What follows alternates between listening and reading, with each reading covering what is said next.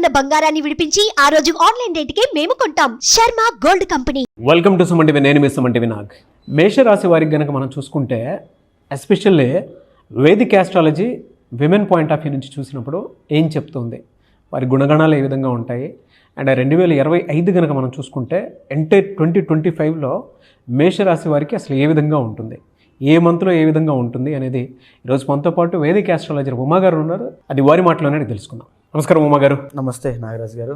Women astrology ప్రకారం Vedic astrology కనుక మనం చూస్తే మేషరాశి వారికి 2025లో ఎలా ఉంటుంది, జనరల్గా వాళ్ళు ఎలా ఉంటారు అసలు?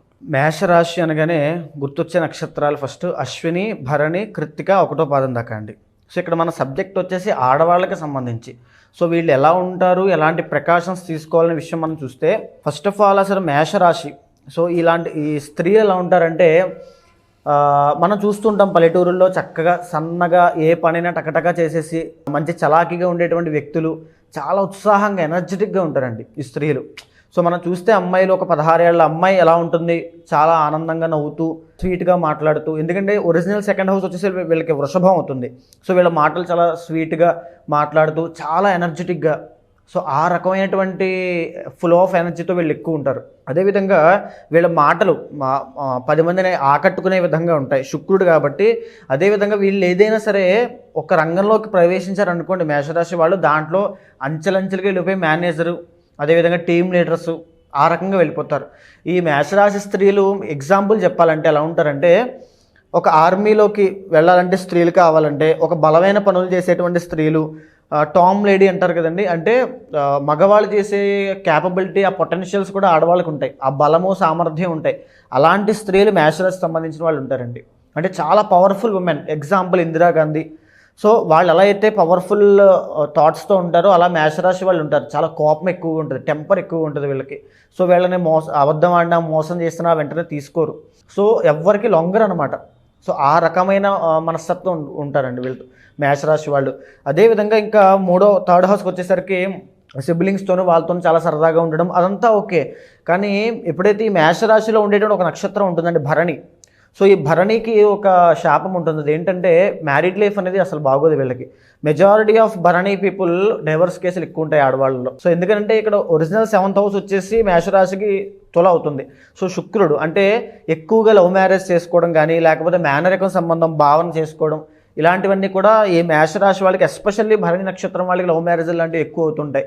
సో భరణి నక్షత్రం వాళ్ళు ఎవరైనా సరే ఇండివిజువల్ జాతకంలో కనుక ఏం దోషం ఉంటే వెంటనే పరిహారం చేసుకోవాలి, లేకపోతే మ్యారీడ్ లైఫ్లో చాలా ఇష్యూస్ వస్తాయి. అందరికీ అని చెప్పట్లా, మెజారిటీ ఆఫ్ భరణి అనేటువంటిది జాతకాన్ని బట్టి ఉంటుంది. అదేవిధంగా ఇంకా 4th హౌస్ వచ్చేసరికి ఇంకా మేషరాశి వాళ్ళకి మంచి గృహయోగాలు ఉంటాయి. అంటే ఏదైనా సరే కంప్లీట్ సెటిల్ అవ్వడానికి చూసుకుంటారండి. అంటే ఏదైనా గ్రాస్పింగ్ పవర్ ఎక్కువ ఉంటుంది వీళ్ళకి ఇంకా చెప్పాలంటే. ఎందుకంటే మనం 2nd హౌస్ దాటి వచ్చేస్తాం కాబట్టి విద్య ఏం నేర్చుకోవాలని టక్కన పట్టేస్తారు. వీళ్ళని కనుక మనము ఏ ఐఏఎస్ కానీ ఐపీఎస్ కానీ అలాంటివి చదివించారనుకోండి టాప్లోకి వెళ్ళిపోతారండి, కుజుడు కదా. అదేవిధంగా 2nd హౌస్ అంటే ఇంకా సినీ రంగంలో అవ్వచ్చు, ఫ్యాషన్ ఫీల్డ్లో అవ్వచ్చు, వీళ్ళని కొట్టడం చాలా కష్టం. కెరీర్లో చాలా చాలా ఫాస్ట్గా, అంటే లాంగ్ లాస్టింగ్ ఉంటుంది వీళ్ళ కెరీర్. ఎందుకంటే 10th హౌస్ మకరం శని అవుతుంది. సో ఏదైనా సరే లాంగ్గా ప్లాన్ చేసుకుంటారు వీళ్ళు, చాలా తెలివైన వాళ్ళు. అదేవిధంగా ఇంకా 6th హౌస్ వచ్చేసరికి ఈ మేషరాశి వాళ్ళు జాగ్రత్తగా ఉండాల్సిన స్త్రీలు ముఖ్యంగా ఆరోగ్య సమస్యలు కొన్ని చెప్పారండి. అదేంటంటే నరాలకు సంబంధించి చిన్న వయసులోనే బుధుడు సూచిస్తుంటాడు కాబట్టి చిన్న వయసులోనే న్యూరో ప్రాబ్లమ్స్ అవ్వచ్చు, స్కిన్ ప్రాబ్లమ్స్ అవ్వచ్చు, లేకపోతే ఈఎన్టీ ప్రాబ్లమ్స్ అవ్వచ్చు, ఇలాంటివన్నీ కూడా చిన్న వయసులోనే వస్తాయి. సో మేషరాశి స్త్రీలు ఎవరైనా ఉమెన్ ఉంటే కనుక వాళ్ళకి ఇలాంటి ప్రాబ్లమ్స్ ఏమైనా ఉంటే మీరు వెంటనే జాగ్రత్త తీసుకోవాలి, లేకపోతే అది పెరుగుతూనే ఉంటుంది, తగ్గేది కాదు. అది 6th హౌస్లో బుధుడు ఎప్పుడైతే సూచిస్తుంటాడు. ఇంకా ఇలాంటి స్త్రీలకి చెప్పాలంటే ఎక్కువగా మగ సంతానం కలిగే అవకాశాలు చాలా ఎక్కువ ఉంటాయండి. 5th house ruled by Leo కాబట్టి ఎక్కువ ఉంటుంది. ఒకవేళ నిజంగా ఏ అబ్బాయో ఏ మఖా నక్షత్రం మీద పుట్టాడు అనుకోండి, ఇంకా తల్లి అయినటువంటి ఈ మేషరాశి స్త్రీల యొక్క జాతకం అదృష్టం పట్టినట్టే, విపరీతమైన అదృష్టం పడుతుంది అబ్బాయి సంతానం పుట్టడం వల్ల. అదేవిధంగా వీళ్ళకి మ్యారీడ్ లైఫ్. సో మ్యారీడ్ లైఫ్లో వీళ్ళు ఎప్పుడు కూడా మొగుడు ఎక్కువ పని చేయాలి, అతనే మనకు అన్నీ తీసుకురావాలి, మొగుడు ఇంకా బాగా చూసుకోవాలి, కోరికలు చాలా ఎక్కువ ఉంటాయి. మ్యారీడ్ లైఫ్ మీద ఎక్స్పెక్టేషన్స్ చాలా ఉంటాయి వీళ్ళకి. ఓకే. సో ఎక్స్పెక్టేషన్స్ భరణి నక్షత్రం వాళ్ళకైతే కాస్త ఇబ్బంది కలుగుతుంది, అశ్విని కృత్తిక అయితే పర్వాలేదండి. సో ఈ అశ్విని నక్షత్రం గురించి కూడా మనం చెప్పుకున్నాం ఆల్రెడీ. చాలా ఫాస్ట్ అండ్ షిఫ్ట్ అయిపోతుంటారు, మూడ్ స్వింగ్స్ చాలా ఎక్కువ ఉంటాయి. సో ఈ మేషరాశి స్త్రీల విషయంలో అయితే కాస్త మ్యారీడ్ లైఫ్ అనేది డిలే అవ్వడం, లేకపోతే భరణి నక్షత్రం వాళ్ళకైతే ఫ్లక్చువేషన్స్, డివోర్స్ ఇవన్నీ అవుతాయి. అష్టమ స్థానం కనుక తీసుకుంటే సో వీళ్ళు దేనికంటే ఈ యొక్క అత్తగారు పెళ్ళైన తర్వాత అత్తగారితో ఇబ్బందులు వచ్చే అవకాశం ఉంటుంది. ఒరిజినల్ 8th హౌస్ కూడా కుజుడే కాబట్టి 2 కత్తులు ఒకే దాంట్లో ఇవ్వడం ఉంటారు కదండి. అలాగే ఈమె యొక్క టెంపర్కి అత్తగారి టెంపర్కి అవుతూనే ఉంటుంది, పోరు ఎప్పుడు అవుతూనే ఉంటుంది. సో మేషరాశి వాళ్ళకి ఖచ్చితంగా అత్తగారు సంబంధించిన పోరు ఎక్కువగానే ఉంటుంది. మ్యారీడ్ లైఫ్లో అత్తగారు ఖచ్చితంగా ఈ 2 చూసుకోవచ్చు. ఆ ఇబ్బంది అనేది కనబడుతూనే ఉంటుంది. ఇకపోతే 9th లార్డ్ గురుడు అవుతాడు కాబట్టి విపరీతంగా సంపాదిస్తారండి. వీళ్ళకి డబ్బు అనేటువంటిది ఇబ్బంది ఉండదు, కానీ విపరీతంగా ఖర్చు పెడతారు కూడా. ఎందుకంటే మళ్ళీ ఒరిజినల్ 12th హౌస్ వచ్చి గురుడు కాబట్టి విపరీతంగా ఖర్చు పెడతారు. సో విపరీతమైన ఖర్చు ఉంటుంది, విపరీతమైన సంపాదన ఉంటుంది, లైఫ్లో చాలా ఎంజాయ్ చేస్తుంటారు. అదేవిధంగా ఇంక 10th హౌస్ వచ్చేసరికి శని. ఇప్పుడు ఒకవేళ వీళ్ళు కనుక ఏదైనా కళలు అంటే లలిత కళలు, సంగీతం కానీ లేదా డ్యాన్స్ కానీ సినీ రంగంలోకి వెళ్తే ఇబ్బంది లేదు. ఐఏఎస్ ఐపీఎస్ లాంటివి చదివిన ఇబ్బంది లేదు. ఇంకా మధ్యస్థంగా చాలామంది చదువుకుని డిగ్రీ కానీ బీటెక్ కానీ చేసి చిన్న చిన్న ఉద్యోగాలు చేస్తుంటారు. వాళ్ళకైతే చాలా సఫరింగ్ ఉంటుంది, లైఫ్లో కెరీర్లో చాలా సఫరింగ్ ఉంటుంది. సో చిన్న చిన్న ఉద్యోగాలు, చిరు వ్యాపారము ఇలాంటివి చేసే వాళ్ళకి చాలా సఫరింగ్ ఉంటుంది. ఇంకా మేషరాశి స్త్రీలు కనుక ఏదైనా చీరల వ్యాపారం కానీ, ఎందుకంటే 7th లార్డ్ రూల్డ్ బై శుక్రుడు కాబట్టి, వీనస్ కాబట్టి, చీరల వ్యాపారం కానీ, లగ్జరీ ఐటమ్స్ వ్యాపారం చేయడం కానీ, లేకపోతే ఇంకా చెప్పాలంటే కాస్మెటిక్స్ వ్యాపారం, బ్యూటీ ప్రొడక్ట్స్ సంబంధించిన వ్యాపారం చేయడం కానీ, ఇలాంటివి ఏదైనా వస్త్రాలకి సంబంధించిన వ్యాపారం చేస్తే ఇంట్లో కూర్చునే విపరీతమైన డబ్బును సంపాదిస్తారు వీళ్ళు. సో ఆ రకమైన తెలివితేటలు ఉంటాయి. కానీ వీళ్ళకి వచ్చిన ప్రాబ్లం వల్ల ఏంటంటే కోపం అండి, కంగారు, వెంటనే రిస్క్ తీసేసుకుంటారు, ఆలోచన లేకుండా టక్కన దూకేస్తారు, మళ్ళీ ఇబ్బంది పడుతుంటారు. సో వీళ్ళకి ఇచ్చేటువంటి ప్రకాశం ఏంటంటే కోపం తగ్గించుకోవాలి. ఆ దూకుడు అంటాం కదండి, ఆ దూకుడు తగ్గించుకోవాలి. కాస్త కనుక కంగారు పడకుండా ఒక్కొక్క అడుగు గైడెన్స్ తీసుకుని వేయగలిగితే మేషరాశి వాళ్ళు టాప్లో ఉంటారండి. ఆడవాళ్ళు ఎస్పెషల్ బిజినెస్లో. ఎలా సార్ అంటే 2025లో ఏ మంత్లో ఎలా ఉంటుంది వీళ్ళకి? ఇంకా 2025 తీసుకుంటే ఇప్పటి వరకు వీళ్ళకి ఎలాంటి మేజర్ ఇబ్బందులు లేవండి. కానీ మార్చి 30 తర్వాత ఏలినాటి శని స్టార్ట్ అవుతుంది. సో ఏలినాటి శని మార్చి 30 తర్వాత స్టార్ట్ అవ్వడము, 3వ స్థానంలోకి గురుడు మే 15వ తారీఖు రావడము, అదేవిధంగా 11వ స్థానానికి మే 18 తర్వాత రాహు రావడము. చెప్పాలంటే ఆర్థికంగా సూపర్ ఉంటుంది, వీళ్ళకి ఎక్సలెంట్ ఫ్యూచర్ ఉంటుంది. కానీ ఆరోగ్యం పట్ల చాలా జాగ్రత్తగా ఉండాలి. ₹1,00,000 డబ్బులు వస్తాయి, కొత్తగా వ్యాపారం పెడతారు, ₹1,00,000 వస్తాయి. కానీ ₹1,00,000 రూపాయి కూడా నిలబడదు, ₹1,00,000 వెళ్ళిపోతూనే ఉంటాయి. ఎందుకు? 12th లోకి శని రాబోతున్నాడు, 11th లోకి రాహు వస్తున్నాడు. విపరీతమైన డబ్బు, విపరీతమైన పేరు వస్తుంది, కానీ డబ్బులు నిలబడవు. సో వీళ్ళు చేయాల్సిన ఏంటి అంటే శనికి సంబంధించి ప్రతి శనివారము మేషరాశి వాళ్ళు ఎస్పెషల్లీ మార్చి 30 తర్వాత నుంచి ప్రతి శనివారము నల్ల నువ్వులు దానంగా ఇవ్వాలి స్త్రీలు. అదేవిధంగా ప్రతి మంగళవారం రోజు కూడా హనుమాన్ చాలీసా చదువుతూ ఉంటే వీళ్ళకి అధిపతి కుజుడు కాబట్టి వీళ్ళ పొటెన్షియల్ పెరుగుతుంటుంది, వీళ్ళ స్కిల్స్ డెవలప్ అవుతుంటాయి, వీళ్ళ కాన్సన్ట్రేషన్ పెరుగుతుంటుంది, ఆ దూకుడు అవన్నీ తగ్గుతాయి. ఏ టైంలో ఏ నిర్ణయం తీసుకోవాలో వీళ్ళకి బాగా అర్థమవుతుంది. సో మేషరాశి స్త్రీలు ఎస్పెషల్లీ హనుమాన్ యొక్క ఆరాధన చేయాలి. శనికి ప్రతి శనివారము శనికి నువ్వుల దానం ఇవ్వాలి. ఇంకా మిగతా మంత్లో ఎలా ఉంటుందండి? మిగతా మంత్లో వచ్చేసరికి వీళ్ళకి ఎస్పెషల్లీ అక్టోబర్ తర్వాత ఇంకా బాగుంటుంది.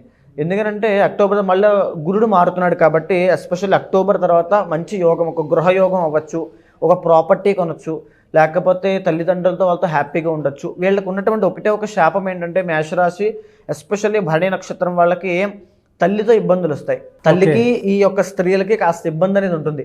అంటే తల్లి తీసుకునే నిర్ణయాలన్నీ కూడా వీళ్ళ మీద వ్యతిరేక ఫలితాలు అనేవి చూపిస్తూ ఉంటాయి. అదేవిధంగా లగ్నం రూల్డ్ బై మార్స్ కాబట్టి జాగ్రత్తగా ఉండాల్సిన అంశం బ్లడ్ అండి. బ్లడ్కి సంబంధించిన ఆరోగ్య సమస్యల్లో వీళ్ళు చాలా జాగ్రత్తగా ఉండాలి. సో ఈ మేషరాశి వాళ్ళు ఎవరైనా సరే స్త్రీలండి బ్లడ్కి సంబంధించి 6th లార్డ్ బుధుడు కాబట్టి నరాలకి సంబంధించి, స్కిన్కి సంబంధించి ప్రత్యేకమైన శ్రద్ధ తీసుకోండి. లేకపోతే మేషరాశి వాళ్ళకి అది డిఫాల్ట్గా ఉన్నటువంటి ఆరోగ్య సమస్యలు ఖచ్చితంగా ఎప్పటికప్పుడు వచ్చేస్తాయి. ఎలా సార్ అంటే జనరల్గా అడుగుతున్నాను, అక్టోబర్ నుంచి డిసెంబర్ వరకు బాగుంటుంది, కొద్దిగా పర్లేదు, బాగుంటుంది అంతేనా? కానీ వీళ్ళకి మార్చి 30 తర్వాత ఏలినాటి శని స్టార్ట్ అయిన తర్వాత 12th లోకి ఎప్పుడైతే శని వస్తాడో హెయిర్ దగ్గర నుంచి అండి చెస్ట్ వరకు వచ్చేటువంటి ఆరోగ్య సమస్యలు, ఆ శరీర అవయవాల విషయంలో వచ్చేటువంటి ఆరోగ్య సమస్యలు. ఎందుకంటే ఆ శని అక్కడే ఫోకస్ చేస్తాడు. ఈఎన్టీ ప్రాబ్లమ్స్ అవ్వచ్చు, థ్రోట్ పెయిన్స్ అవ్వచ్చు, కఫానికి సంబంధించిన సమస్యలు అవ్వచ్చు, ఐసైట్ అవ్వచ్చు, ఇయర్ ప్రాబ్లమ్స్ అవ్వచ్చు, ఇలాంటి వివిధ రకాల సమస్యలు ఈ మేషరాశి వాళ్ళకి మార్చి 30 తర్వాత ఇవ్వబోతున్నాడు ఆరోగ్యపరంగా. అదేవిధంగా ఇంకేమిస్తాడు అంటే విపరీతమైన ఖర్చుని ఇస్తాడు, డబ్బులు నిలబట్టినవాడు.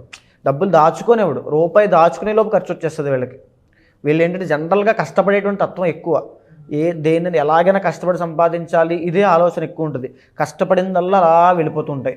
ఎలా సార్ అంటే వీళ్ళకి దోషాలు ఏమైనా ఉంటాయా? ఉంటాయి. అంటే మేజర్గా గోచార పరంగా చూసుకుంటే కనుక ఇప్పుడు రాబోయేది ఏలినాటి శని. ఆ తర్వాత ఇబ్బంది పెట్టేది ఏమిటంటే గురుడి యొక్క ట్రాన్సిట్ అండి. సో గురుడి యొక్క ట్రాన్సిట్ అంత ఇబ్బంది పెట్టదు. మేజర్గా చూసుకోవాల్సింది ఏలినాటి శని. సో రాహు కాపాడుతున్నాడు. Big planet and Rahu 11th హౌస్లో ఉండడం వల్ల డబ్బు పరంగా చాలా బాగుంటుంది. వీళ్ళకి వెనకాల పెద్ద పెద్ద వ్యక్తులు పరిచయాలు అవ్వచ్చు, లేకపోతే ఎవరైనా పెద్దవాళ్ళు సహాయం చేయడము. 11th లార్డ్ అంటే బిగ్ పర్సనాలిటీస్ అండి. సో సహాయం సొసైటీ నుంచి వీళ్ళకి ఒక సపోర్ట్ దొరకడం వల్ల దేన్నైనా అవలేలుగా దాటిస్తారు.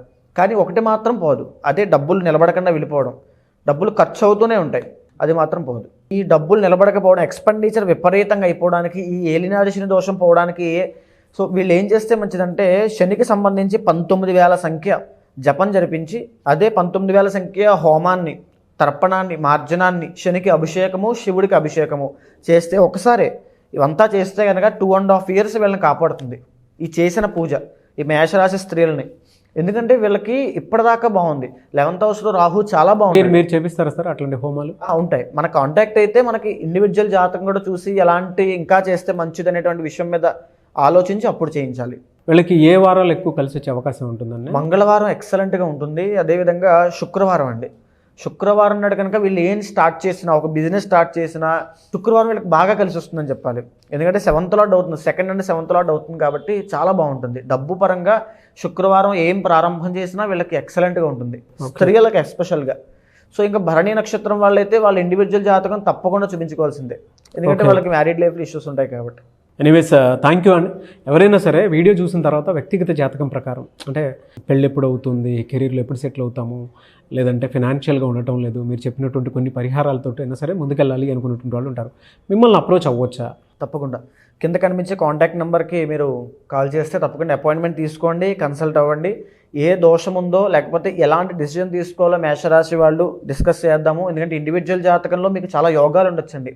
గజకేసర యోగం ఉండొచ్చు, చంద్రమంగళ యోగం ఉండొచ్చు, లేకపోతే పెళ్ళైన తర్వాత విపరీతంగా కలిసి వచ్చేటువంటి యోగం చాలామందికి ఉంటుంది. ఫర్ సపోజ్ తులాలగ్నం ఏందనుకోండి, 2nd and 7th లార్డ్ వెళ్ళి ఏ లాభంలో ఉన్నాడు అనుకోండి, విపరీతంగా కలిసి వస్తుంది. సో మా జీవితంలో ఏ మార్పు లేదన్న వాళ్ళకి పెళ్లి ద్వారానే మార్పు రావచ్చు. సంతానం, మగ సంతానం కలగడం వల్ల మేషరాశి వాళ్ళకి అదృష్టం పడుతుంది. సో ఏ మఖా నక్షత్రం అయిందనుకోండి, సో సంతానం కలిగిన తర్వాత ఎలాంటి మార్పులు వస్తాయి, తగిన జాగ్రత్తలు, ప్రికాషన్స్ ఎప్పుడు ఎలాంటివి చేయిస్తే మంచిది అని ఇండివిజువల్ జాతకం చూసి తప్పకుండా చూద్దాము, కాంటాక్ట్ అవ్వచ్చండి.